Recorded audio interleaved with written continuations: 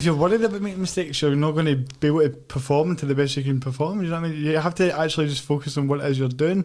Like even with there was in one of our first international games, I got hooked like in the first 5 minutes, right? Because I was just put up for it, and I was too up for it, and the gaffer was like, taking you off, man.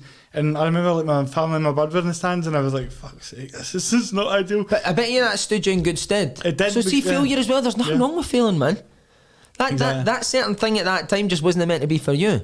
Yeah, well, exactly. And I went on and won Player of the Year that season. There you go. Because I was like, fuck that. I'm not, because you do, it makes you aware of things that you're doing wrong. And see, even in that moment, part of you wants to just lose your shit and be like, that was shit you. But I kept my head down, and he started me the next game, and he came up to me after it, and he was like, he uses that example. That coach, he's no longer a coach now, but when he was coaching, he's like, uses the example of how I handled that. It was like I came back on, and I was, back to normal kind of thing. And a lot of players now are just very much like, if you do that, your head goes down.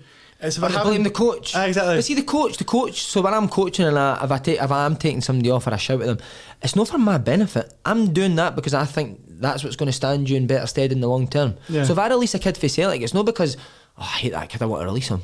I want to feel good about myself, or I need to be, I'm on a power trip that I need to release this kid. I'm releasing that kid because I think in the long term that'll do him the world of good. The fact that he's maybe not ready in here, and they'll use this rejection and what I've said to him, and like you say, he'll work on them, and it'll go and make him a better player. It'll probably make him a stronger character. It's probably why guys like Andy Robertson have went and done so well after getting released for teams like Celtic. They've used it. Exactly. And again, try and use every bad experience as a good one, as a learning one that you can go and think, right, what did I do wrong there? Right, I need to do something better. I need to change that. And more often than not, it will turn.